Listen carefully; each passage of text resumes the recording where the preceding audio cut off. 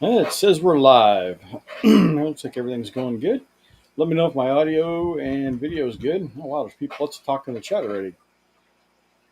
Yes, it is time, Jeff Kane. Hey, Cosmin, you said you'd be here. There you are. Hey, just let me know if the audio and video is good. If you notice from my live streams, the should look a little different. I've turned my desk the other way. So behind me is kind of the new rack. Good audio video. All right, excellent. Thank you, Scotty. Oh, hey, Scotty, I know you're here before you leave. You were asking me one time how much water I use for my, uh, whenever I do my eggs in the water incubation. Well, here's an example. This is a 2 cup container. Well, let me see, make sure. What does it say? 12 ounces is right there. And so 8 ounces is right there. So it's right at the 8 ounce mark. So use about 8 ounces. And you notice the water's kind of almost clear now. After it sits a while, that methanol blue eventually kind of like just fades away. So these were laid on January 1st, first day of this year, and they've already hatched out, most of them. And these are the Ephiosimians Riggenbacchi. I think that's how you pronounce that. I got a couple of them in there that still have egg sacs. For some reason, these guys seem to all have egg sacs. They hatch fairly early, but then they sit around for a day or two with their egg pouches, egg sacs or whatever. So cool. All right. How do snails fight? Well, they slug it out. All right. Hello, Skitty. Looks like you were the first one in here 31 minutes ago. Man, you guys were in here early. Holy cow.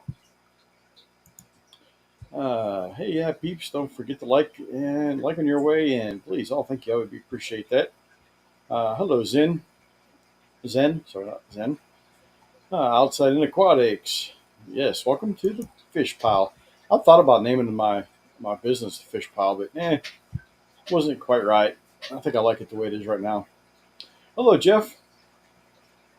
Scotty, yes, it's time. All right. It's killie time. That's right. We're going to talk about some killies here and some events going on. That's what I plan on doing tonight. What's up, killie gang? Yep. Scotty the fish freak. Did you happen to notice if Aaron ever replied to me? Oh, that was a private thing there. Finally dug out and cleaned torture device. Let me look down through here, see if I see anybody else coming in real quick. Give us a few seconds. Spot arms, okay. Just looking, scrolling. You win. It's time. Yep. There we go. Now we're catching up to the chat. I'm not too far behind. Looks like we're all good. What's the incubation temperatures for those Aphyosemians? Well, to tell you the truth, I put them on a shelf, and I think I may have a little bit of a problem because that shelf is near the back door, and I don't know if it's getting good temperature regulation there. Because I did lose a bunch of eggs this time. Usually I don't lose eggs, but for some reason, a bunch of them just went away. There wasn't like a fungus or anything, so I have a feeling that the temperatures got off. But normally that area, I put a little I have a little sensor. I forget what they're called. I actually designed some at one time, but I had some sensors over there, and I kind of watch it, and it does bounce along. But I think the average temperature is about 73 degrees or so, and these containers should be about that 73 to 75, because these are kind of sealed up, so there's not a lot of evaporation, but they're smaller containers, so I'm sure they shift around a little bit there. But it seems to work okay now that it's excuse me, I got something in my throat. Now that the temperature dropped, man, it was what was it today? It was pretty cold today. It get down to about I think 15 or so, maybe 14. I think I saw. So I'm sure that the temperature's probably getting off. So I'm going to go move them into here. This room's a little better temperature regulated, so I think that's what I'm going to do, just to kind of balance it out a little bit, so I don't get too cold, too hot. I think that's going to cause me problems.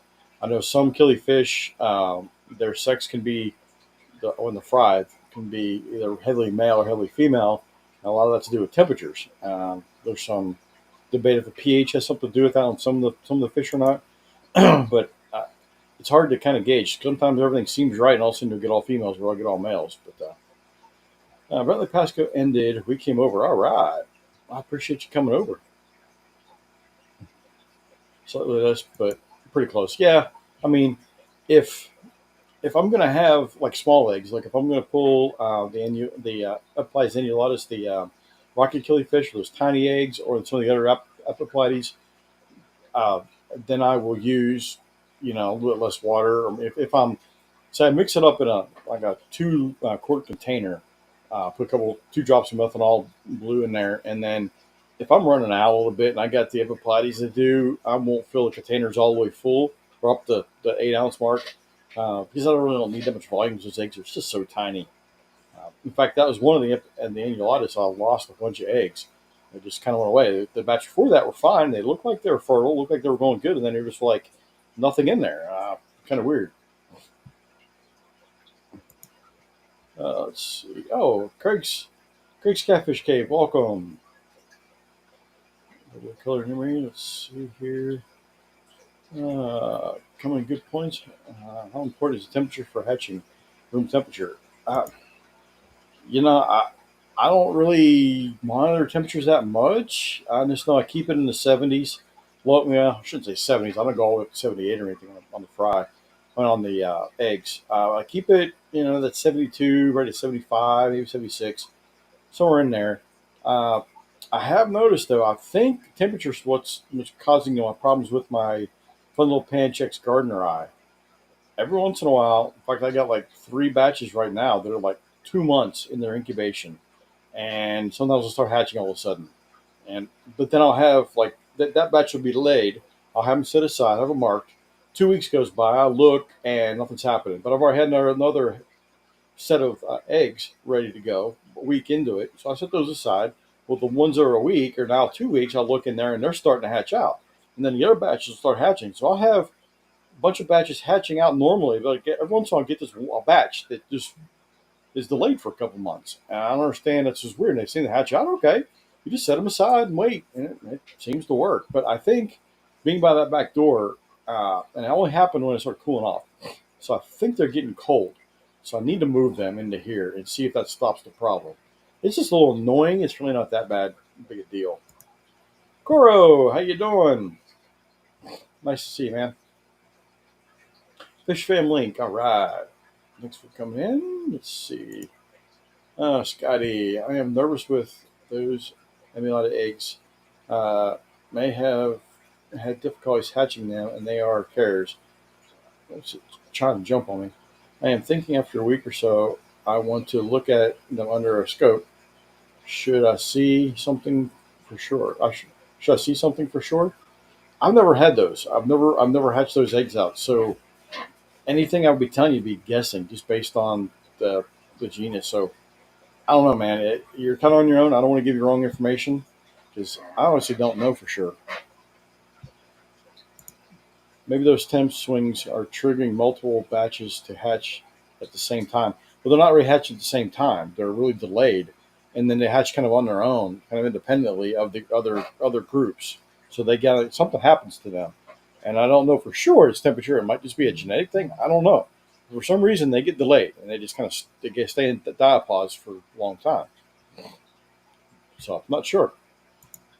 Skitty, you're braver than me to take time release? Okay, that's all right. So some of the things I wanted to mention.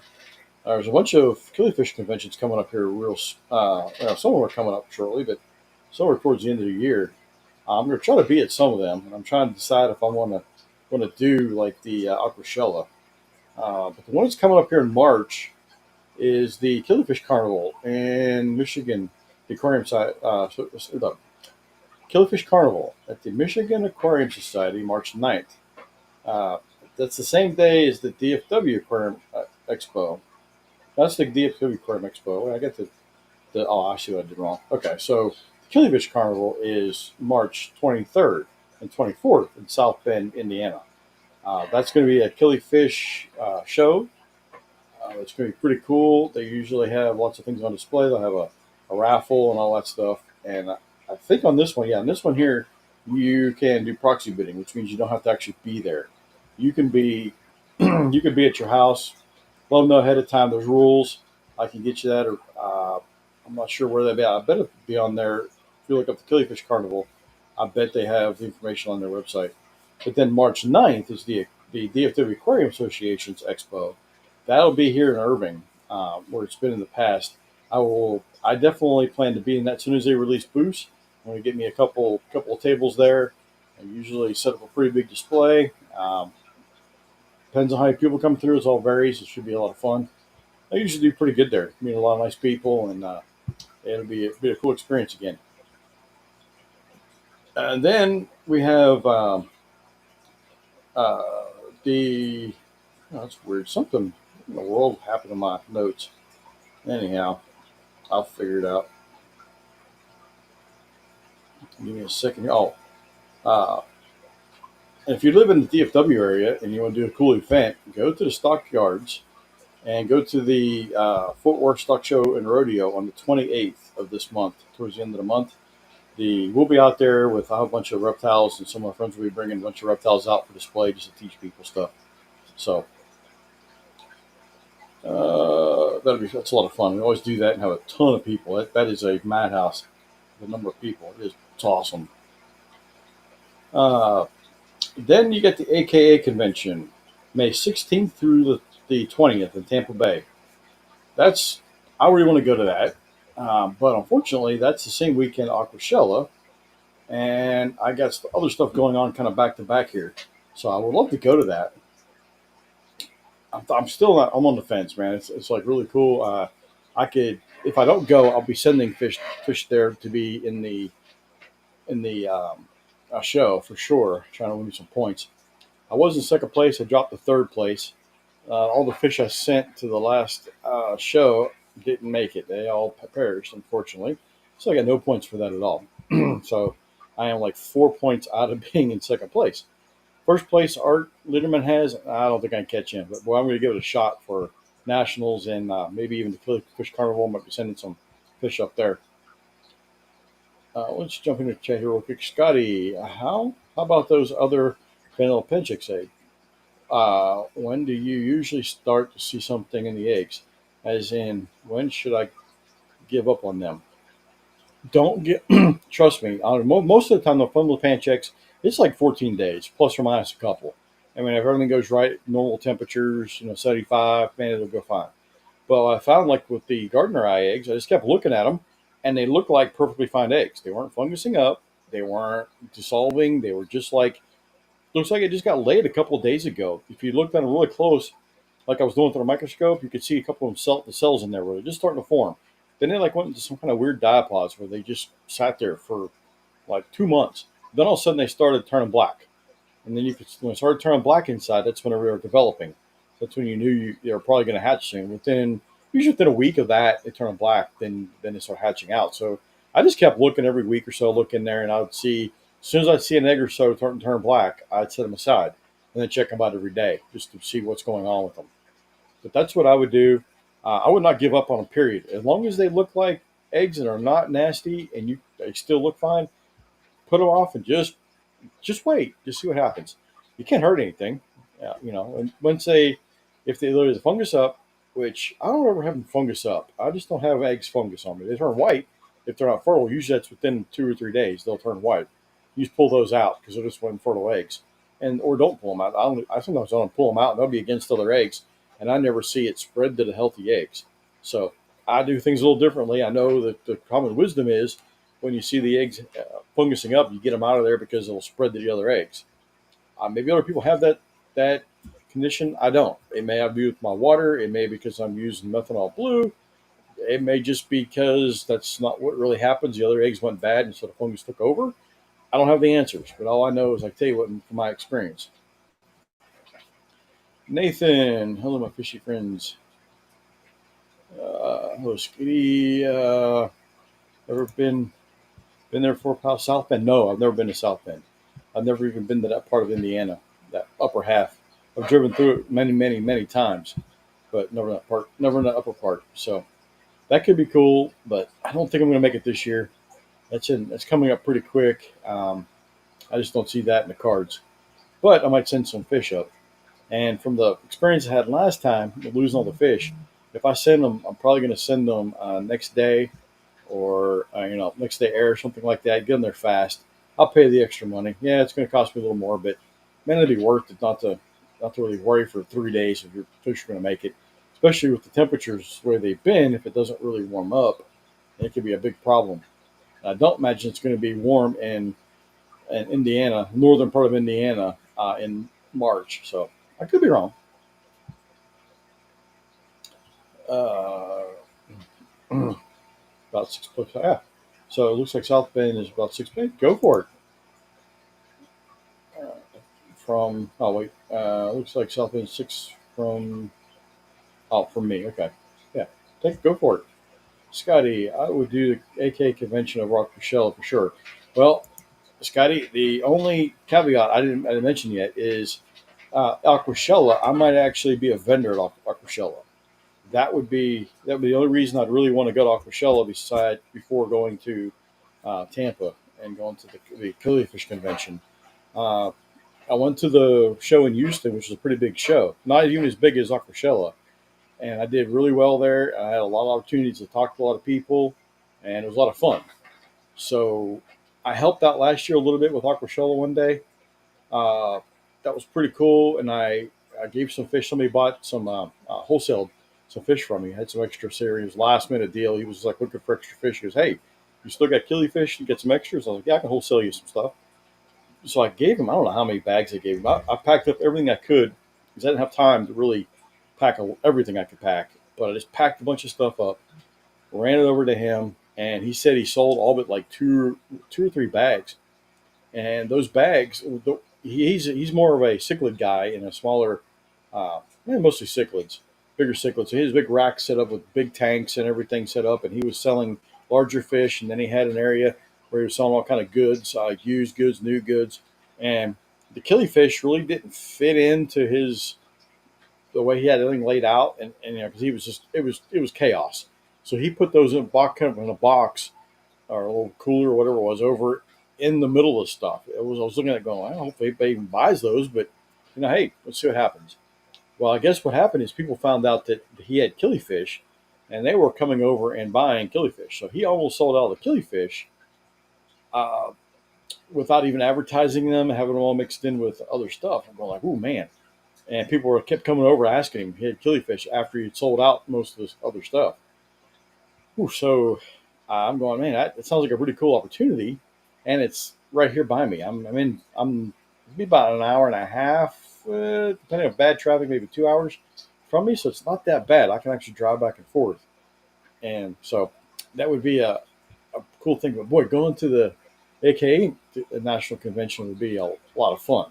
I'd meet a lot of people there. That would be the talks, and I would learn a ton of stuff. So, but it's was it like 16-hour drive for me, maybe a little more than 16-hour drive. I do have family about an hour and a half away, so that's not really convenient to stay with them because it's still a long drive, but not impossible. So I haven't ruled it out yet. My wife and I are kind of going back and forth because if I'm going to do that show, that's in May.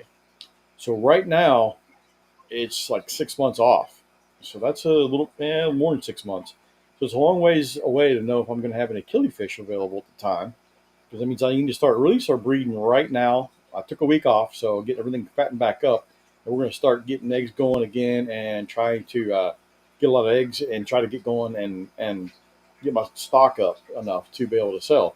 Because I want them about 3 months old at least, have some size to them, make them really nice fish.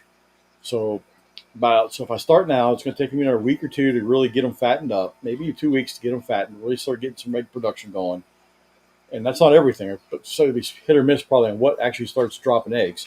So then I'll take those eggs and I'll wait 2 weeks. I got to wait 2 weeks before they hatch out. So there's another 2 weeks. That's a whole month right there, just in fattening them up. The time I get eggs and get some fry hatched out, and then I've got to wait another 2 months after that. So that's 4 months from now. If started right now, be 4 months, and I have 3 month old fry. It's if everything goes exactly to plan. Of course, things don't go to plan. So if I get too tied up and I can't get a chance to feed everything twice a day like I like to, and or I don't run out of frozen food and I can't find any more frozen food, the stores are out nearby. That's happened before to me. Then that kind of sets me back a little bit. It's a little harder. So things aren't perfect. So it'll be a challenge to get that get enough fish ready to have it. But and then my wife likes to sell all kind of products, but she does a whole lot of custom stuff with like sublimated mugs and managers earrings. She makes all kind of stuff. So she's really at the get on the ball to make a lot of stuff to help supplement too. The booth prices are expensive. If I was going to get a booth, I would want to end and I want one of the corners. So like two rows go down, so you get one corner. So it's 10 by 10 space, and it's $950. So that's a big chunk of money for me to put up, and hopefully they'll make that back, plus make it somewhat profitable. But of course, even if it's not profitable, I don't make my money back. It's great advertisement. So that's where the catch is at. So I really like the advertisement. I really like to teach people about killies. So it's man, it's gonna be tough. And Scotty says I picked 3 fungus eggs out today. They're still decent amount. Look good. I mean, I wouldn't worry about it. I just keep going the course, man. Just keep going. I think you'll be fine. Enjoying the show. Hit the like button. Yes, thank you, Fish Fan. Aren't Aquashella spaces big money? Yeah, that's what I was just mentioning. Could you vend it at the AK? Yeah, I could vend at the AKA convention, but it's going to cost me a lot of money in gas, possibly a lot of money in hotels. So you start adding the gas up to there and back. You start adding hotel money up there, and then the fees to get into the convention. What else would be involved? Depending if I wanted to go do other stuff, I think there's some other things they can throw in there for extra money here and there. You start spending a bunch of money anyhow. So the money factor probably isn't really going to be the determining factor. So it'd probably be a little cheaper, I think, if I went to the AKA convention, but not significantly cheaper because it's a long ways from here. Hey, Jay Woody, 1234, made it to the live one. Thank you, sir. Okay, so let's finish up the calendar real quick, and then we'll move on to how I'm building this fish room. What else we got going on for that? Oh man, Memorial Day weekend. If you live in the Dallas Fort Worth area, or you're going to be in the area, you got to stop by the Fort Worth Nature Center on Memorial Day weekend and that Monday. I'm going to be doing an event called the Snakes of Tarrant County. I've done this event now for 20, I don't know, 27, 28 years, something like that. Except for 2 years around COVID, we didn't do it. But other than that, we're good. Yeah, it's Mountain Dew time. So what we do is we bring a lot of, we try to get all of the native venomous snakes at the show, at the event, and do a display and teach people about what's in the area. It's a really cool event. And then this is one of the things I really want to go to. It's probably the top fish type event of the year that I really want to attend. And that is the NANFA, the North American Native Fishing Association's convention. It's going to be in Broken Bow, Oklahoma on June 6th through the 9th. That's not far from me. They're going to be going out in the field doing a lot of collecting. They're going to have talks about and presentations about native fishes. That's something that I kind of have a passion for, and I really want to get and do more of that. I have a few here. I want to collect a lot more native fish and have a nice big collection going. And I want to go out and do educational events like I do the educational events with the herpetological societies where I have all the reptiles and amphibians that are native. I think it should be a really good transition. I've done a really awesome job of getting people educated about our native reptiles and amphibians, but nobody's doing anything with native fishes here, except for bass, bluegill, and all the big game fish and stuff everybody knows about. Nobody's doing it on the smaller fish that live in our creeks. Everybody thinks there's minnows out there. It's the plain minnows. Well, that's far from the truth. I have a trip to Austin in April, but really want to make a trip to Tampa in May. It'd be cool. So if you do that for me, that'd be awesome. And then there's the Keystone Clash, of course, there's Scotty. This is Scotty's event, October 4th through the 6th. I shouldn't say it's his event, but he's one of the major people that put it together and organize it. Does a fantastic job from everything I've seen and heard. I haven't heard too much bad about it. I haven't heard anything bad about it. And I would really like to go to that. That's definitely a possibility. That's pretty high on my one to go to list. I think that would be a really fun event. I could vend there too. Should have plenty of stuff. It's just getting from Here to there, it's like 26 hours a drive. Flying, I guess, could be a possibility, but it's not nearly as fun. I like driving. Um, Trying to do fish, I guess I could ship fish up. That might cost much, but yeah, we'll see. I'll see how I do. I might fly up, but then I got a hotel. Then you got, yeah, I guess you can stay. You can fly up and then go straight to the hotel with the uh, taxi or whatever, with the shuttle service, and just stay at the hotel, and then so you would have to rent a vehicle. But getting stuff home might be a little tricky because I would want to. I'm sure I will buy a bunch of stuff. I mean, at the auctions and things, and all the vendors. So I don't know. We'll have to think that through if I want to do that and how I want to do it. I might just show up as just a guest and hang out. So we'll see how this year goes. Uh, what else? That's December 7th and 8th. I'm going to be doing the Houston show again this year. That was a lot of fun. That's so far out. I'm not going to worry about that. Okay, I've been working on a fish room here quite a bit. The racks behind me are all done except for up here. You'll see there's one 5 gallon lengthwise. Just kind of keep the reflection of that light out. I just stuck this cloth up right before the live stream. It's just held up by magnets right now. But I'm going to put some cloth across there to keep that light from shining right into the camera and your eyes when you're standing there. As soon as I put this up, the tanks down here are so much easier to see into and see what's going on. You don't have to put your hand in front of your eyes and try to block the light. It works really well. So that's up and running except for two tanks here. Everything is full with with killifish fry that are growing out except for one tank. I think that tank right there. Nope, that tank's got rice fish in it. It's down lower. Got one spot available, and I've got a bunch of stuff getting ready to hatch, and I've got a few spots in my fry grow out rack that I built. I got about 4 or 5 spaces there, so I'm going to have to move some fish into this rack, get those set up. It takes a little bit of work because I got to clean up all the decomposed granite I like to use. So it takes a lot of work to clean all that and get it ready. But the other big thing I've done since I've got so many tanks in this room, I decided to put a central air system in.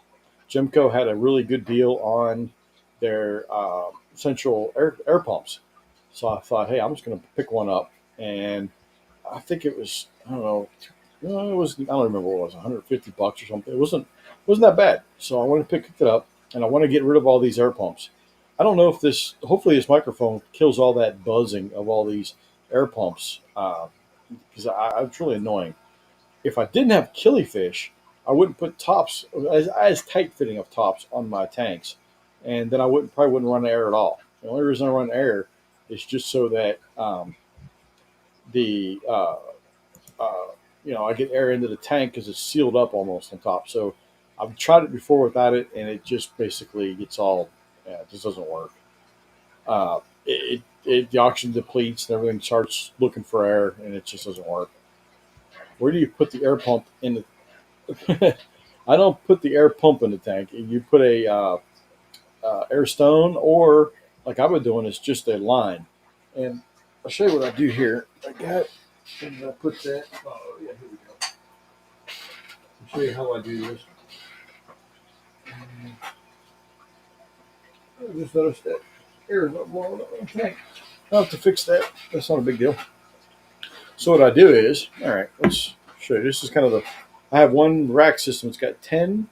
No, sorry, not 10. It has 9 10-gallon aquariums, 3 10 gallons per rack, and they're all lengthwise sitting in here. It's right in front of me. So I want to add I want to add some airdrops to it. So what I do is I just take a piece of PVC pipe and cap the ends off and get the valves. And these valves, you can buy these on Amazon, Gemco, wherever, and they're threaded on this side and they're just barbed on this side. So I simply showed the airline on here, but the way you work these, this is you drill it with a 13/64 bit. You just drill your hole in the PVC pipe. You take one of your little valves that I have like right here. So you take a valve, see how it's threaded on there, and this end has got the barbs. You mount. Let me see, I can drill right here. I'll show you. Once you get your hole drilled the right size, you just take this. You take your drill. You got to turn this open it, close the valve all the way off so it's 90 degrees like that. Makes it a lot easier. And then we just stick this in here, chuck that sucker up, tighten it up good, and you basically drill it right in. So you just drill it right into the PVC pipe. You got to use the standard Schedule 40. You can't use the thin walled stuff. And when it goes in there, it actually do it quickly. It'll get hot enough it'll kind of melt the PVC and it'll seal it up really good. I've never had any of these leak, the air leak out of them at all. So that's how I do that. And then you'll have all your lines coming out.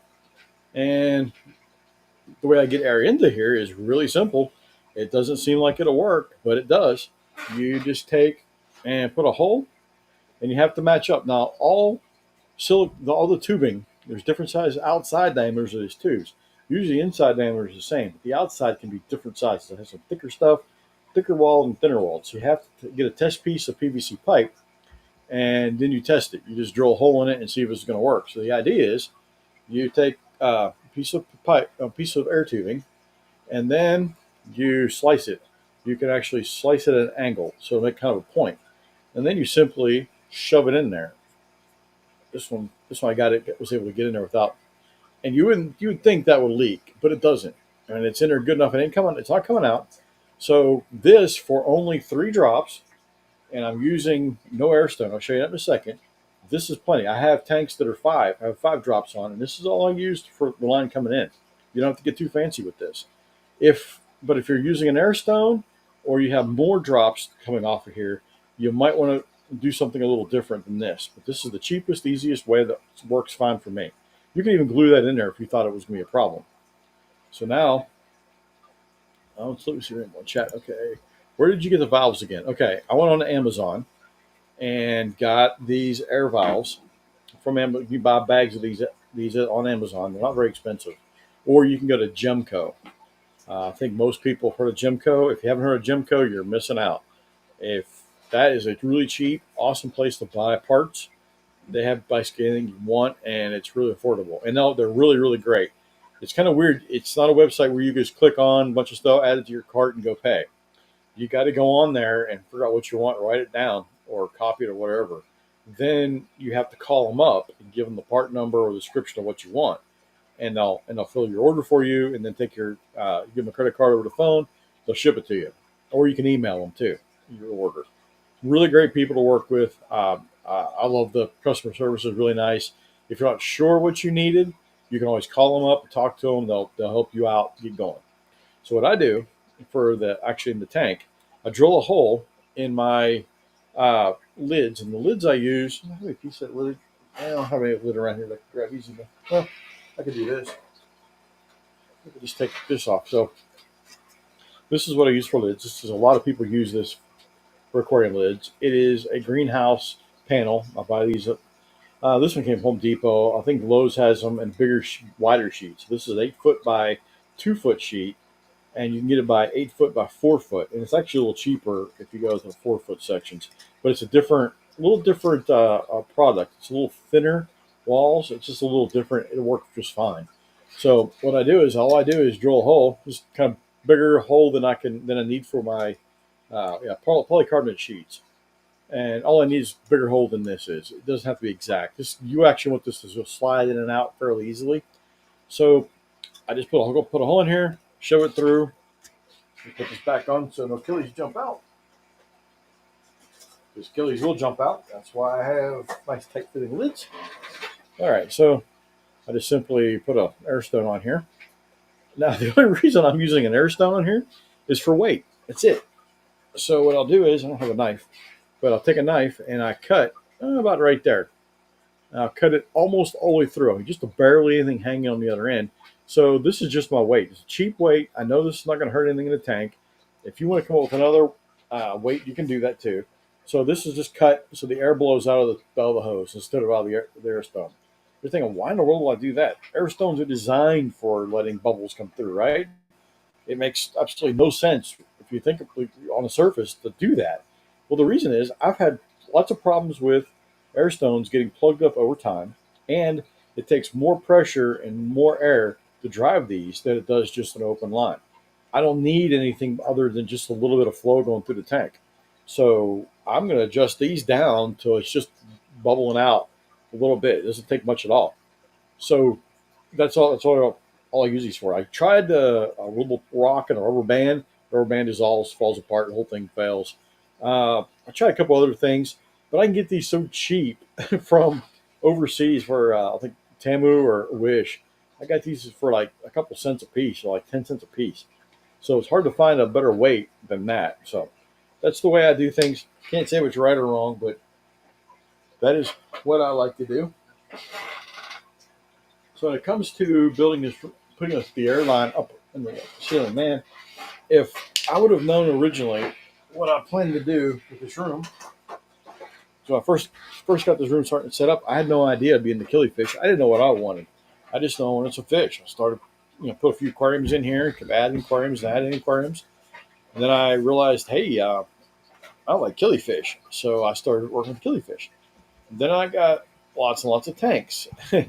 So now I've got a ton of tanks in this room. I don't know how many in this room. Probably, I think there's close to 45 or so in this room, 45 to 50. So I decided, hey, I need some central air because I'm tired of all these little pumps laying all over the floor. Everywhere you look, you got a pump somewhere.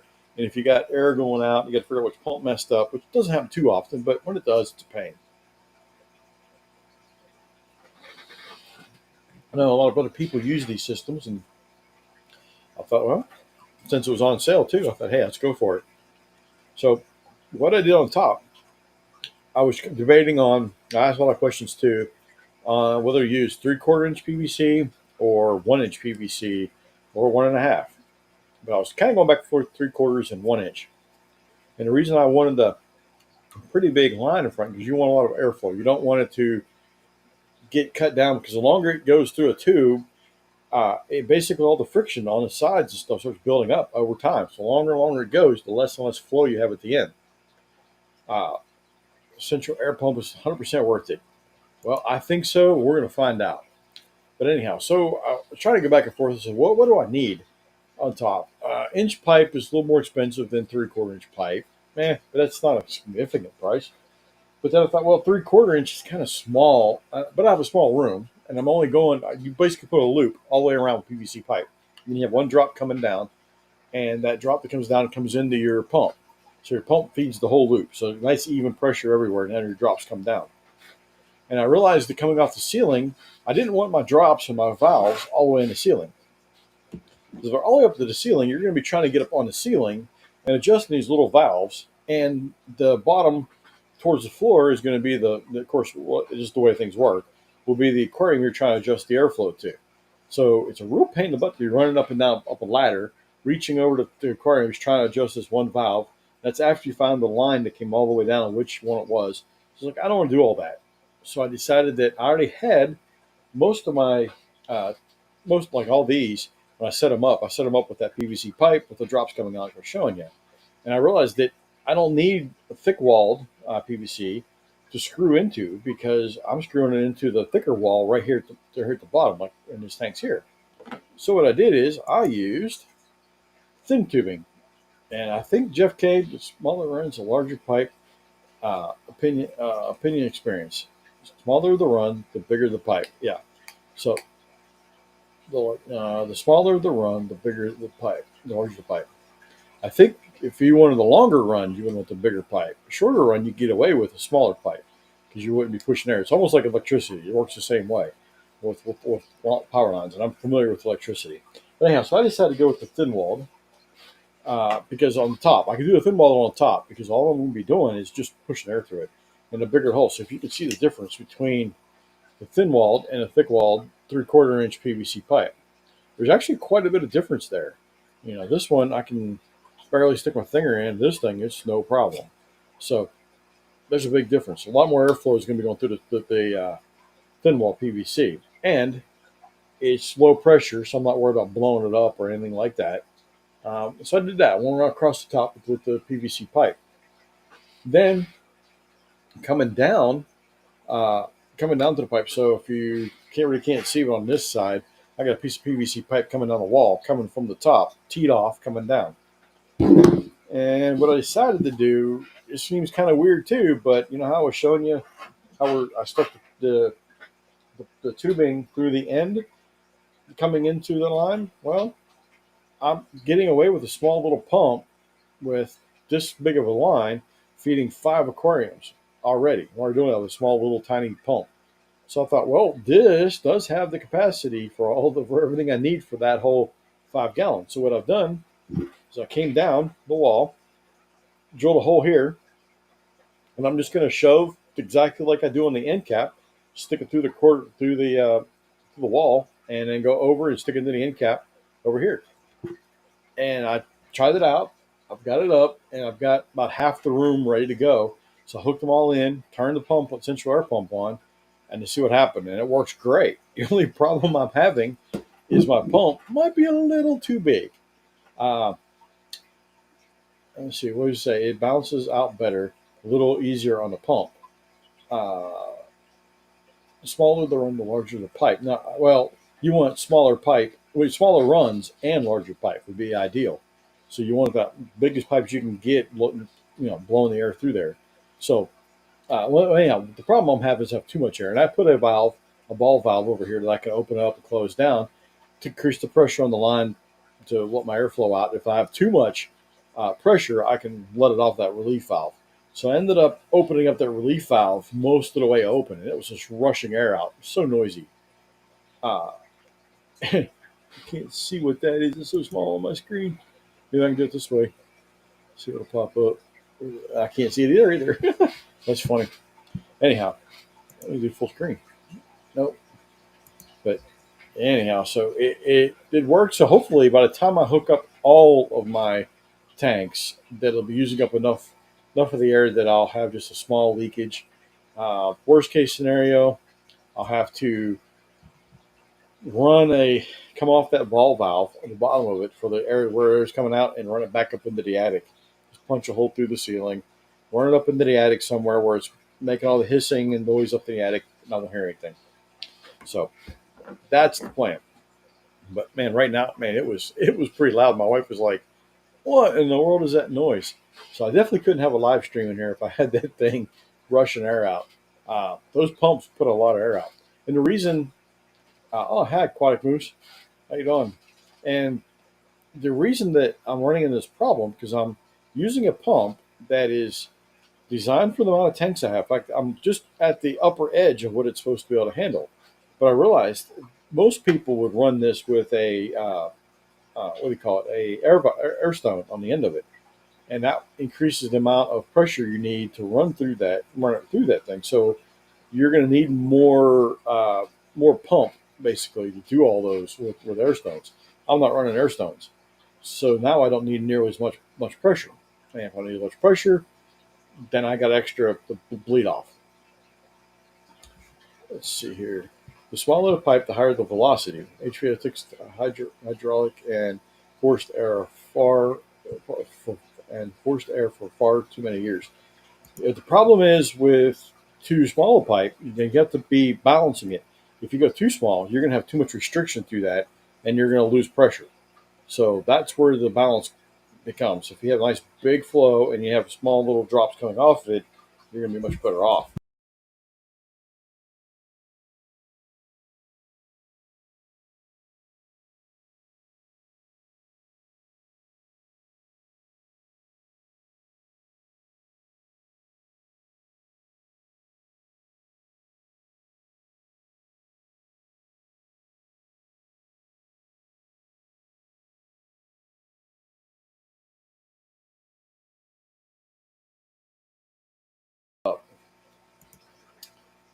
Well, there went all my. Oh, there's the comments. Woohoo! Okay. All right, I gotta scroll all the way back down through. All right, there we go. Man, that was. I barely bumped uh, just a side button and it kicked me off. Yeah, wrong button. No kidding. Uh, bigger. Let's see here. There, aquatic moves. Okay. Oh, let's back up here. Where are we at here? Let's look at Scotty. What we have? If it's too much, uh, if it's too much right now, could you actually use the air stones. Potentially, but I just don't want to deal with clogged air stones and be messing with them all the time. In my experience, I just mess with air stones, and I don't want to do that. But that is an option, or I can just bleed it off in the attic. But I have a bunch more tanks out in the living room, but the living room is a long ways over there. And I thought about running a pipe over there, which I could run an inch pipe or something. Thin wall inch pipe would be fine. I could run it over there. But then I was like, okay, how am I going to get it to the tanks? One of them is kind of out in the middle. It's like an aisle that I've made. So it's kind of like, and I have vaulted ceilings. So it's, I can't even reach the vaulted ceiling all the way at the top with any ladders that I have. So that's going to be a problem getting the air to that. So I was like, well, that's, and then if it goes through the attic, then like this time of year, it's so cold outside, the attic's going to be cold. That air coming in is going to be cold, and it could actually uh, cool down the aquarium's too much. In the summertime, we have the opposite problem. So I'm like, well, let's not do that. So I don't think I'm going to be running through the attic. I have a aquatic moose. I have a central air pump, but it's way loud, so I haven't taken the time to hook it up yet. You might find that as soon as you put pressure on it, like get it working, the noise level drops way down. Mine was like that too. As soon as I hook it up to my system, the sound coming from the pump is minimal. It's less than some of the other little air pumps that I have. So it's not going to be a problem. It's going to drop the sound level down a lot in this room. It's just bleeding off that extra air. It's just really loud. Yeah, bigger pipe. Um, um, just wrong button. Yeah. Hey, did you actually lose me, or did I come back? Okay, I'm back. So you did lose me for a second. Whew, I'm glad I came back. Hello, Jeff. Thanks for stopping by. Let's see what's going on in chat. Um, you all have linear air piston pumps. Actually, mine's not a linear piston. Mine's just a regular diaphragm pump. It was just a lot cheaper, and I don't really didn't need a linear piston. Yeah, they're better, so I may have made a mistake not getting a linear piston. But hey, we'll find out. I have a septic tank here, a septic system. It's an aerobic, and it uses basically the same pump, or very similar, little bit upsized, not much from what I've got here. So I understand how they work and how you can overhaul them and how long they last. That's outside. So and you can rebuild them pretty quick and cheap and easy. So I'm not too worried about it. But oh well, that's a good point. How to give it a go. Yeah, I mean, you could do an experiment. You just hook a piece of pipe to it and then just like cap off part of the end, just give a little bit of back pressure on it and see what it sounds like. I bet it'll drop down. I use 3/4 inch Schedule 40. Yeah, I mean, that should work fine. Especially for a small room. It's not a big deal. Now, if you had, 150 aquariums, yeah, that would be a problem. Then you would probably want a bigger, at least 1 inch, maybe an inch and a half. Depends how you go. I went with the piston. Yeah, we'll see if I made a mistake or not. It's too late now. I got it. I'm going to use it. If it becomes a pain in the butt, then I'll do something about it. I'll replace it later on. Linear air pumps last longer. Is that a benefit? It is a benefit. They do last longer, and they're supposed to be quieter, but they run hotter, from what I understand. Obviously, I don't have one. Uh, I agree, Kyle. Your Danner pump AP600 does. Yeah, I think that it's like a AP600. Sounds like the same size as what I have outside. But I think it runs more than. I think it runs more air than this runs. But if my septic goes out, no, I can't do that because I'm killing my fish. But no, I was like, I can just stick it out there. Yeah, that's no. I'd probably look into rebuilding mine then to see if it quiets down. Then, yeah, try rebuilding it. It may not. My outdoor one that I use for our septic tank, I bought a rebuild kit, and I did not get. I got a cheaper one, trying to save a little money. It's supposed to fit. Everything should work. So I put it on there, and it's loud. I mean, that thing is obnoxiously loud. I took it apart a couple times and tried to figure out maybe I did something wrong. No, it's just that rebuild kit. Holy cow! There's no way I could have that thing inside the house. That thing's insanely loud. So be careful when you buy rebuild kits. Now I've learned just to go ahead and spend the extra money, go to the manufacturer, buy the whatever's designed for it, and just bite the bullet. So I'll definitely do that if I have to rebuild this kit. use what you got. Yeah, that's the plan. Kind of using it. I'll definitely plan on using it. I think it's going to work out really good. Uh, so far, when I was playing around with it, I was pretty impressed. I think it's the way to go, and I'm hoping that the way I've done it, I kind of cheaped out a little bit, but I don't think I you know messed with the quality. I think everything's going to be just fine, but it's not going to be that hard to change things around if I want to. So if I decided that the down drops, I want to actually put some kind of a T in there and with a bigger pipe and then hook it in. That's not that big a deal. I didn't lose anything because where I put the holes, if I cut the PVC, I can put the T right there, so I didn't lose any money. Uh, and then hooking it in, I did just adding on to it. I didn't throw anything away. So that's what I looked at. I was like, well, let's try the cheaper, easier method. If it doesn't work, I am not out in a dime. So just trying to see what'll work. Let's see here. You could probably run 90 tanks. I bleed off a lot of air. Yeah. Yeah, it'd be cool. Aiken's Natural Aquariums. Hey, welcome. Man, it would be cool to be able to run that out, run all of my aquariums off of this pump. But man, I don't see a way I can do it without compromising things. I can run it through the house, but man, that would look terrible. And my wife would not. She puts up with a lot. I've got crazy amount of aquariums out in the living room, all over the place. She puts up with me, so there's no way I would ask her to put up with an airline going through the living room, even on the ceiling or trying to hide it. I don't think it's a good idea. Let's see what's going on in chat. Anything else? Everybody, you're working and lurking. Man, I've done it a lot. I do that. I keep.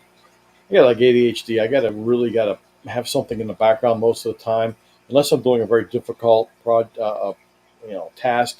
If it's just a mundane running jumpers all day long or something crazy, I don't even bother.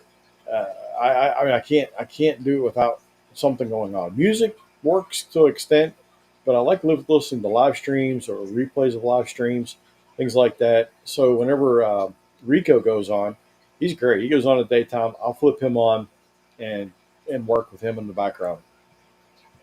Then I'll respond when I get a chance. If I'm waiting for a test result or on a break or lunch or something like that, I can respond. Why are we always yelling? Ah! Hello, man. I like to yell. Let's see. Skitty, I don't think I said hi to you yet, have I? Anyhow, let's see. Nathan, have any of you else seen those air pumps on Amazon that come with a six-way splitter? The pump is metal and it seems like a good deal, but I know nothing. I needs to run about 10 of tanks. I've read some reviews on those, and it seemed like they run really hot. But I think they're a linear air pump, so I don't know. See what else has to say.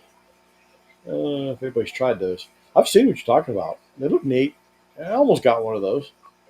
Uh, right now, I'm running 5 air pumps with dual outlet outputs. You know what? You could try making a PVC pipe. Were you on here earlier? I don't think you were. Try making a manifold. All it's going to cost you really is a little bit of airline tubing and some valves. These little air valves. You can get these little air valves on Gemco or Amazon. They're not that expensive. Then if you could just basically hook them into a drill hole. I'll tell you what size too.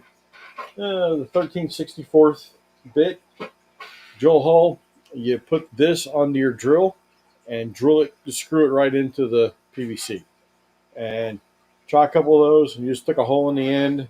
That's the right diameter for your PVC, your airline tubing. Shove it in there. Hook the other end up to your pump and see if it works. You might be surprised that your pumps will actually pump more air than most people think. I was kind of surprised at how many tanks I could pump with just a little smaller pump. It's worth a try. It only cost you $1 or two for some PVC and for some of those little uh, valves.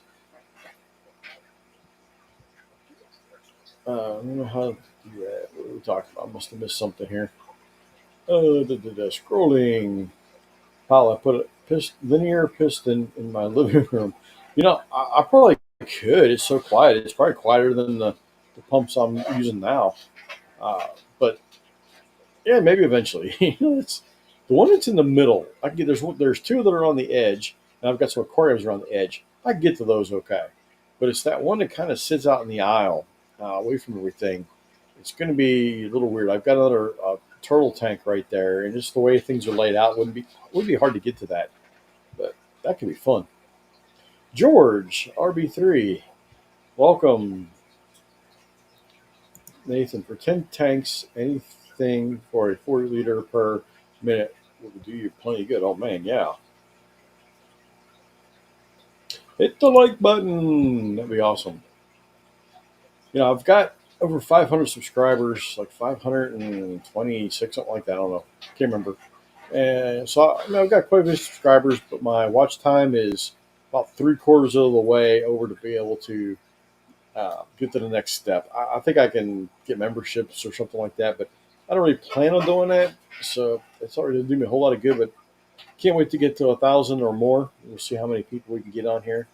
Um, I think the next live stream, I was going to talk about some killifish, but we're out of time now. I think next live stream we'll try to focus more on individual types of killifish and maybe how I do some things like that. I need to install a linear air pump. Air pump still. Oh man, I screwed it all up. I need to install my air pump still. Yeah, that's where I was at. I had that thing for a couple of months sitting around going, man, I need to get that done. So once I got this done, I get the air system done. Then I think I am pretty much caught up, and I'm just going to let it cruise for a while. And of course, things will change. It's just the way it works. You can't have a fish room without there being change. Uh, what do we got here, Nathan? 18 watts, 602 gallons per hour is what it's claiming. Wow. I don't know what this thing. I don't know what it claims to be. It'd be kind of interesting. I have one I think extremely hot and noisy, but worth the money if you want to live in the space. Not worth the money if you want to live in a space. That's what I heard. That they're really hot and loud. So I guess if you had like a garage or something and you put it out there and let it run, it'd be that big a deal. I got a Altum 15 air pump. It's a linear diaphragm pump. Powerhouse. That's good. Or you can buy from Gemco a 20 valve manifold already built. Sure. I know they have a bunch of manifolds. I think they'll probably customize your manifold any way you want. I didn't look into how much they cost, but I kind of like to build stuff, so it didn't really make sense for me to do it. It might be cheaper. I don't know. Um, what do you want? Oh. Hey, Scott. How are you? I have one of those air pumps hooked to PVC. I am running 15 tanks with 2 drops each. That's 30 total drops. That's pretty cool. I'm assuming you're talking about one of those small little metal ones that come with that little five, thing. I'm assuming that's what you're talking about. Jeff Kane. Outdoor pond setup is fine, but I don't recommend it in the house. That'd be good. Yeah, but you would have to waterproof it somehow. Probably put it in waterproof housing or something. Then try to keep it cool. I don't know how you do it outside, but I'm sure if I had it, I'd probably figure it out. Let's see here. Hey, Night Owl Aquatics. Hey, that's a cool name. I like that. Hey, y'all been lurking and water changing, man. I like water changing, except when I flood things over. Yeah, let's see what's going on in the chat. Uh, Discord's still functioning. Yeah, I don't have Discord to talk to me. Discord trying to figure it out. Yeah, I put it on Discord. I was on it, on some other people's channels already set up on their servers. It was a little bit fun. I just don't have time to sit around and do that. Even live streams. I know when I got home from work, you had what's it, the fishery with Alex was on. And yeah, it's had a pretty good live stream, but I get distracted. Next thing you know, I'm not even paying attention to the live stream, and then I miss half it. So I got to back up, fast forward to catch up. So it's kind of a pain. You make fake plastic rock cover for outdoor poems. Okay, that makes sense. Yeah, and I'd like to listen to the streams, but I can't always respond. So if I'm listening at work, if I'm actually middle of work, I can't respond. So it kind of sucks. And I might jump onto a live stream and have all intentions and start commenting, and then something comes up, it catches my attention, and off I go. Um, it, it's it's a blessing and a curse all at the same time because I can multitask like nobody's business. I can have 15 things going on, bouncing around. Man, it's awesome. But if I'm trying to pay attention to one thing I need to pay attention to, it doesn't work pretty good. Scott, yes, a linear piston. It's not the quietest, but not bad. It's in the basement. Yeah, the basement works good. Man, I wish we had basement. That'd be awesome. Here in Texas, in this area in Texas, well, pretty much all Texas, basements really aren't a thing. They just don't do basements. Even in Pennsylvania, where I grew up, they'll have people with mobile homes and they'll have a basement. I mean, that's crazy. My cousin had a side of a hill, it was a really steep hill, and he just cut into the hill, cut a notch out, and put the mobile home there. But he built up with cinder blocks and reinforced and everything, basically a platform, and then stuck the mobile home on top of that, so you could actually enter at ground level at the top because of the hill, and at the bottom you could drive right into his driveway. It was awesome. I spend way too much time on YouTube. Yeah, I do see you in a bunch of places. Every time I'm on, you're usually there. But I appreciate you being on. That's pretty cool. Well, I've been on here for over an hour. I'm getting kind of tired. Let's do this next week. I think this is a lot of fun. I enjoy doing these. I enjoy everybody on the live chat. Hopefully, I'll get to do some of these events. Man, I can't wait till it warms up. It's been super cold outside. I had a couple aquariums, had a bunch of aquariums outside. Had to hurry up and drain them before it got too tired. Too tired, too cold out there, and broke them because it got man, down to almost really the middle of the teens is where it got down to. So that's way cold enough to break an aquarium if I had it outside and full of water. So I broke all those down except for two, and one was a 75 and one was a 40, but they're up against the under porch, way back in our porch, and up against the wall. I covered them up, wrapped them with went down to the what we call it, Goodwill. Bought some blankets and towels and stuff they had kind of for dogs, for like dog blankets and stuff. Had a bunch of them still left over, so I bought them like $1 a piece. Actually, I ended up buying a 5-gallon bucket with some shoved in there for $4. And I was like, all right, that's a good deal. And so I just wrapped them up really good, dropped heaters, tank heaters in them, and they're fine. Only thing weird that happened is on the top, since I've had the heaters in there, it got a little bit of condensations coming up through the blanket area, and I got some ice crystals on top. That's just much better insulation, right? So, see what's going on here in chat real quick before I get off. Good night, Jay Woody. Thanks for joining me. Me too, Jeff. Spent 67 hours last week. Sounds good. Enjoy the updates. Thanks. Good to see you. Great stream. Thanks, Jim. Thanks, Zen. Enjoys the live stream. You're welcome, Jeff. Night, y'all. Thanks for the water change entertainment. Awesome. You're welcome. I like whenever people are entertaining me when I'm doing that, so I'm glad I can get back a little bit. Yeah, I went cheap. Good. Enjoy the rest of the evening. Take care. Thank you, Skitty. Have you considered turning on parental limits? Yeah, I first did it to myself too. But anyhow, good night, folks. I appreciate your company and have a good one.